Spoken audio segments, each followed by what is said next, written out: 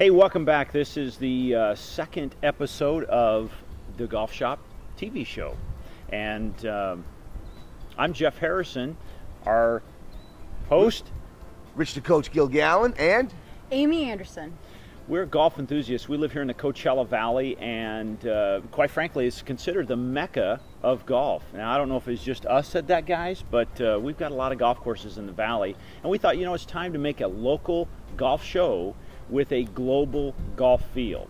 So that's what we've done. Well, Jeff, it's interesting that you bring that up, because coming from the East Coast, as I do, a lot of people in the northeast section of the country will go down to Hilton Head or to Jacksonville or down to Florida to play golf in the wintertime. We're playing golf in the Coachella Valley while you're chipping ice out of the ball washers out there.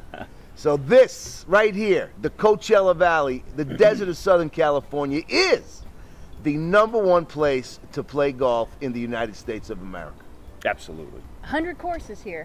130 courses, believe it or not, all within 5 exits on the 10 freeway. It's amazing. Truly amazing. And you know, this time of year, the cool thing about being in a mecca where there's so many golf courses is you can't afford, if you're an owner, to have a shoddy product.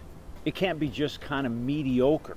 Oh, you're absolutely right. And we've seen what happened to some courses in our area that sort of lagged behind, and within the last couple of years, those courses have had an amazing rejuvenation. And one perfect example is right here at Indian Springs. Wow. You remember, Jeff, when we used to have to play across the street there, and it got a little dicey towards the end, and it wasn't really the fault of anybody in particular. It just, time marches on. And when you have some of the great courses that have been built out here, in fact, I would say the best municipal golf courses in the country. I agree.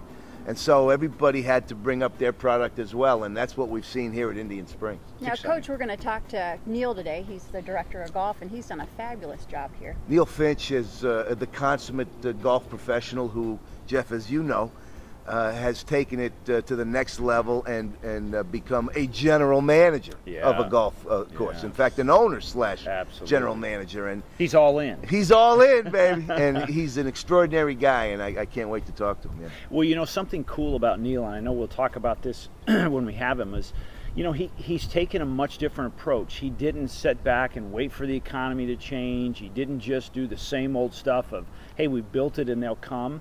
He's really done some unique things, and I think that in our effort, that's exactly what we're doing, is we're saying, hey, we're not just going to sit on the sidelines and wait for the game to grow on its own, because it's not. Right. So that's kind of the feel of our show. And so I think we have our guest waiting. That's Neil Finch of Indian Springs. Let's get right into that. Go back to golfshoptv.com. One of the 3 hosts, Rich the Coach Gil Gallen, and what a joy it is for us to welcome the head golf professional, the general manager, and the owner of Indian Springs Golf Course, consummate golf professional, Neil Finch. Neil, thank you. What a pleasure to have you here, Nice to brother. be on. Now, this is our home base for golfshoptv.com, and I've talked about, before you've joined us, the amazing situation that you guys had here, where initially, along with others, this all behind us was just a barren desert wasteland, Neil. Pretty much. There was a little bit of golf course across the way, Indian Springs. Yes. And this is one of the great transformations of any golf course in the country. Tell us a little bit about the history of that. Coach, when in 2000, when we came here, this golf course was purchased by Roger Schnellenberger Development Company. He bought this facility along with 2 other properties that exist in the area. And when you say properties, we're talking about barren desert wasteland out here, aren't we, Neil? We're talking about sand dunes and coyotes and, and road runners and everything running around here. And at that time, there's 102 golf courses in the desert. Right. And this golf course was not in the top 100. Right. It was in the bottom, it was the bottom 2. And shortly thereafter, at the transformation, Roger took these properties and transferred them into a development company. 729 homes. There's beautiful homes here around the golf course. And the golf course, it was my job to bring the golf course up to a level to help sell the homes, of course, as Right. part of the project. And Well, you certainly have done that. Obviously, I don't think there's an empty house here at Indian Springs. Nope. And of course, we'll show them on the show. You can, if you look around, you'll see right now this amazing view that we have here. And this is a very unique feature here for the golf course. Yeah. You have holes 1 and 2 that you kept, and 10, 11, and 12 from the old course. And that's all that's left. Everything else is 100% spanking new. Well, we plowed the whole thing up, really. I mean, from every cart path, everything was completely taken up. Holes 1 and 9 were over there, and then 1 through 12 were the old area. But even those holes were completely transformed. We just couldn't move the out of bounds markers. We had to stay within those parameters. Right. But other than that, everything, the irrigation system, everything had to start over from completely anew and start over, including the hybrid Bermuda grasses and everything else that exists out here, and so that we could have the immaculate conditions that we have out here. Well, we know it's immaculate here. And the other thing is, and I mentioned this on our last show, this is the only place left in the country where you can get a free lunch. Tell us about the free lunch. Well, it's just part of a marketing, and just people. It's about what people perceive value, Right. And we just want to make it the total experience from the time you come here. You have your meal. Some people have their meal play later, have the meal before, Sure. eat afterwards. But it's just, and then you leave completely satisfied from the tummy to the golf experience, everything else. And you know, it's just a good day. You leave here having had a very good golf experience, and that's what people come to the Palm Springs area to do, is to have great golf experiences. Well, listen, I know all about marketing. Believe me, I've been in the business for 27 years. And it's one thing to talk about immaculate and great greens. It's another thing to produce them year after year after year, and that's what you guys do here. You know, it's about the greens, and we say our greens are a perfect 10. Well, perfect 10 means from a scale of 1 to 10, our greens are a Bo Derek. Yeah. But at the same time, the 10 is a 10 on the stent meter. Right. And faster than 10 really is too fast for the general public that comes here from wherever, hasn't played golf in 5 months. They can still play them, but they enjoy and realize that these are really good greens. But so too fast is not good. Right. Slows down play. And the other thing about it, I'd say when people come here, they get 2 things. They get fast greens and fast pace of play. Right. What else is there in golf? That's all you want. If you get that, that's what you want. Now, it's also a very unique golf course. There's several very unique holes on this golf course. And what interests me, though, Neil, is you came initially to the group as a golf professional. Yes. Obviously, you've been in this business for how many years now? Well, I started in the early 80s in Pebble Beach, worked at Monterey Peninsula Country Club. And then from there, I went to Hawaii and Kapalua, and then I built the Prince course at Princeville. I was the director of golf operations at the Princeville Resort in Kauai, Hawaii, and then moved here in 1991. And pretty nice place to be. Have to work. And as you can tell, life is so bright here in the Coachella Valley that we got to wear shades. Yeah. But you took a different angle, and you actually put your money where your mouth is. And decided to take an unusual step for golf professionals, and that is to take over ownership of the property. And tell us a little bit about what that meant to you. Well, that's the ultimate goal, and what I've always wanted to do.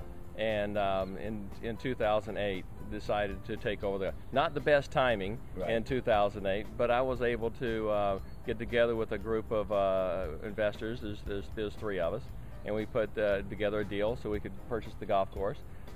Times are tough right now, but we are able to, limp along there, and then there's going to be better times. Things are improving out there, and this year things have improved considerably every month, year over year. Every month we've done better this past season, and things are looking up for the golf industry as a whole, and also in the desert. I think we had a great year. Well, Neil Finch is an amazing story. It really is. It's a story that a lot of golf professionals dream, really, of fulfilling. And what an honor for us to be here at the immaculate Indian Springs Golf Course, right here in the heart of the Coachella Valley. Thank you, Neil. Thank you, buddy. My pleasure. Take care, Coach.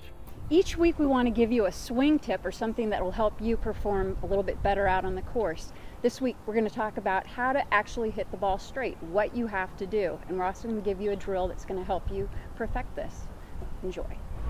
Hi, I'm Jeff Harrison. This is my partner Amy Anderson, and today we want to talk about the checkpoints and what it takes to make your shot go straight. And I want to point out that all the points we're going to talk about, there's 5 key locations, they're all designed and created through the rotation or the movement of your body. So I want you to remember the key point is motion creates the right position. So Amy's going to do the demonstration. I'm going to kind of point out we've got some lines here on the ground. Go ahead and take your address here, Amy. And what I want you to do is when you're doing this, you have some lines off your feet. We're going to call it your posture, your body line. And then we have a line out here as your target line. So the first position is when you take it back and you turn with your body. The first checkpoint is we want to see the club parallel with the ground and pointing down your target line. Now everything we're going to talk about is really referencing your target line. In other words, if I'm throwing a ball, it's going to come right back and straight through, okay? So we're going to look at this. The first point is parallel with the ground. The toe of the club is up. Now what that really means is the fact that the club face is square, okay? That's position 1. Position 2 is now the arm is down the line, and this angle here is pointing down to your imaginary target line. Okay, it's not pointing at the ball, it's at the target line, which is slightly outside of that. Okay? Now, the next point is impact. Okay? Impact. Club face is now pointed down the target line. Shoulders are down the target line. Okay? The next position. Club is now down the target line. Toe again is up. That means the club face is still square. Arm is down the target line. And last position is when she releases her hands. Once again, arm down the target line. This is going to be pointing at that target line again. And then up at the top, and she's finished. So those are the points when you're making your swing that you're going to want to say, hey, if I'm doing these points based on my rotation of my core, these are happening as a result of. Amy, how did that feel? Oh, effortless. And that's what it should feel like. If you're having to create that, that means you're still, I'm going to call it out of position. You're not quite, you're having to manipulate it. So as you make this motion, I'm going to step aside. I want Amy to do that again without me. And watch for the 5 points. So she's going to turn. On the way back, there's position 1. Position 2, now our hinging is going to happen. Position 3 is impact. Position 4, down the line. Position 5 is just a continuation of that. And then she's going to come into her finished position. I hope this helps you. My name is Jeff Harrison, my partner, Amy Anderson. Have a great day. One of our great features on golfshoptv.com are the etiquette moments that Jeff Harrison and Amy Anderson have been putting together for several years. This is a very important one, especially if you play in an area where it's cart paths only. So, watch this golf etiquette moment. 1 up, 1 down. Welcome to Etiquette Moment. Today we want to talk about making sure you're ready and being prepared, doing the little things that make a lot of difference in the course of a round. Doing this every hole on every shot could make a difference of 10, 12, 15 minutes around. Let's start out with that on being prepared when it's your turn. Lots of times when people get ready to go hit a shot and they have to walk to their ball, they take 1 club. They walk out to their ball, they decide, oh, this isn't enough club or too much, and they have to walk back to their cart and get another club, and it wastes a lot of time. That whole process, because you really have a particular amount of time, you only have about 30 seconds if it's your turn to hit the shot. And if you're walking back and forth, it wastes a lot of time. What should they do, Amy? Well, what I like to do is I look at where my ball is. I think about all the possible shots that I could hit. I grab maybe 2 or 3 clubs and then walk to my ball, and then I'm prepared to go. What a great and simple idea. Be prepared. Take the club you're looking, you think is right, and maybe take a couple extra clubs, 1 up and 1 down. Go hit your shot, and then you're ready to go. Yeah, saves a lot of time. Thanks for joining us on Etiquette Moment. Welcome back to golfshoptv.com. I'm the coach, Rich Gilgallen. Today, this is the coach's soapbox. I'm going to step up on the soapbox. Now, I'm calm, cool, and collected. I read yesterday where Sean Foley has asked the members of the press, that's me, to back off a little bit on Tiger as he goes through his difficulties. Well, I'm sensitive I'm a sensitive guy. I'm sensitive to Tiger's need to have sycophantic suck-ups stand around all day long and tell him what a great golfer he is and what a great person he is. I've been covering this kid since he was just a young kid. I'm the first guy in the country that thought this guy might be the greatest golfer of all time. It's documented on radio shows that go back to 1995, 96, 97. I love the kid. I want him to succeed, but I have to ask him personally, Tiger, please, I'm begging you, stop swearing on the golf course. Stop throwing your club down. Stop kicking it when it's on the ground. You're destroying all the goodwill that so many people want to have for you. We want to support you. For crying out loud, you got 72 wins, 14 majors. You have the opportunity, maybe, to be the greatest golfer that ever lived. And all I can think of when I'm watching you out there is, will somebody tell him to watch his mouth? Tiger, I hold you responsible for your language on the golf course. It's embarrassing. You're affecting golf all over the country. You're hurting junior golf. You make all these comments about how much your projects work for kids. And then you go out there and you start swearing all the time, every bad shot, acting like a petulant 2-year-old. Please stop. I say that to Tiger. And now I say this to the other players on the PGA Tour. It's your duty. It's your responsibility. When you're playing with Tiger Woods and he starts swearing, using GDs and FUs and MFs, it's your duty to look over there and say, Tiger, watch your mouth. My kids are in the crowd. My wife is in the crowd. Isn't your wife in the crowd? Is your kids in the crowd? Is that the way you want to be remembered by your children when they look back at your career? To see you swearing every single time that you hit a bad shot? Please, for the sake of the game that we love, please watch your mouth. Welcome back to the Golf Shop. I'm Amy Anderson. I'm Jeff Harrison. I'm the coach, Rich Gilgallen. It's been another exciting week. We've had a phenomenal guest. Another great morning. I think it was 72 degrees when we started the show this morning. And, I think it's time to go play a little golf, Coach. What do you think, Amy? I say definitely. Let's tee it up. Hey, thanks for joining us. Again, you can catch us on several places. Coach, tell us where we can watch, be watched. Well, you can go online right now and check us out, I should say, at thegolfshoptv.com. And? You can go to iTunes and check out our podcast under the same name. I'm excited. I can't wait till next week. Hey, you know what? Guys, I can't make golf this weekend because I'm going to watch the Valero Texas Open. Well, I'll tee it up. I'll DVR it.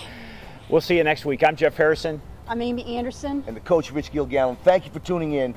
thegolfshoptv.com.